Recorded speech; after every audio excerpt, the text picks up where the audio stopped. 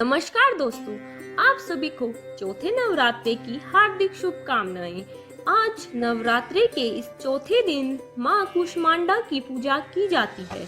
आदि शक्ति भवानी के इस अवतार का नाम 3 अलग अलग शब्दों से मिलकर बना। पहला शब्द कु जिसका अर्थ है थोड़ा, दूसरा शब्द उष्मा जिसका अर्थ है ऊर्जा और तीसरा शब्द अंडा जिसका अर्थ है अंडा।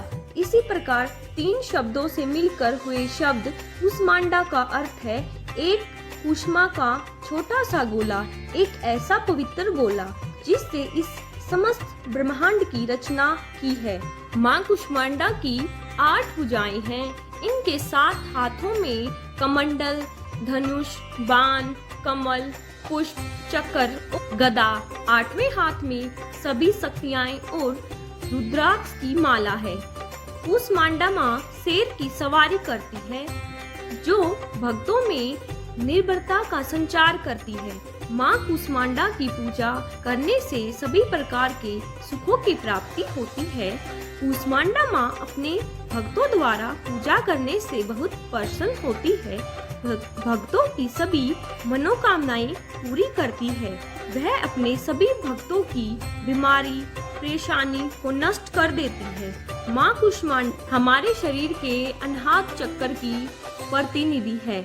अनाहत चक्र योग साधना की चक्र संकल्पना का चौथा चक्र है।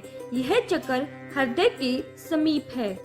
अपने उदर से अंड यानी ब्रह्मांड को उत्पन्न देने के कारण ही इन्होंने माँ कूष्मांडा कहा जाता है। कूष्मांडा कुम्हेड़े को कहा जाता है, इसलिए माँ कूष्मांडा को कुम्हड़े की बलि दी जाती। कुम्हड़ा यानी कद्दू।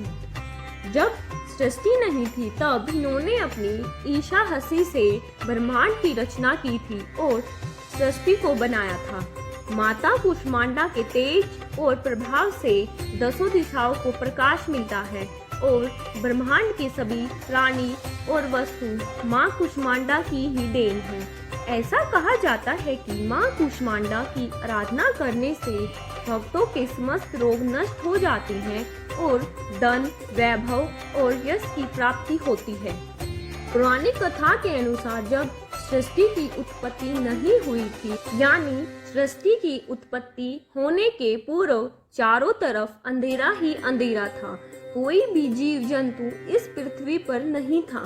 तब माँ दुर्गा की शक्ति कूष्मांडा देवी ने ही ब्रह्मांड की रचना की थी।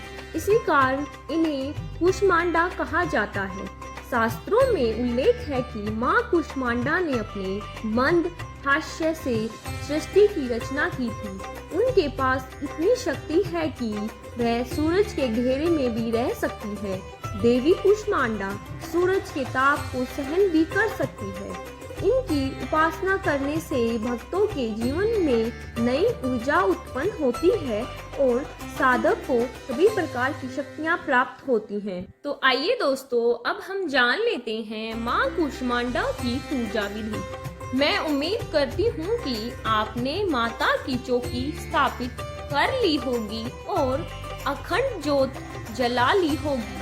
आपकी जौएं भी उग गए होंगे। नवरात्र के चौथे दिन सुबह स्नान आदि करने के बाद कूष्मांडा देवी को प्रणाम करें और उनकी साधना में बैठ जाएं।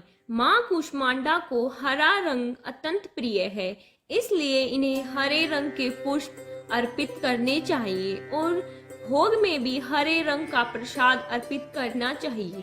बेहतर होगा कि यदि आप ध्यान में बैठने के लिए हरे रंग के आसन का प्रयोग करें। देवी को धूप, फल, सफेद कुम्हड़ा आदि फल का भोग लगाएं। माँ के समक्ष घी का दीपक जलाएं और अंत में माँ कूष्मांडा की आरती करें। ओम देवी कूष्मांडाय नमः। इस मंत्र का 108 बार जाप करें। जय माँ कूष्मांडा, जयकारा महामाईदा। अगर आपको माता की कथा पसंद आई हो तो माता का जयकारा कमेंट बॉक्स में लिखें और आने वाली नवरात्रों की कथाओं के लिए हमारे चैनल को सब्सक्राइब करें। धन्यवाद।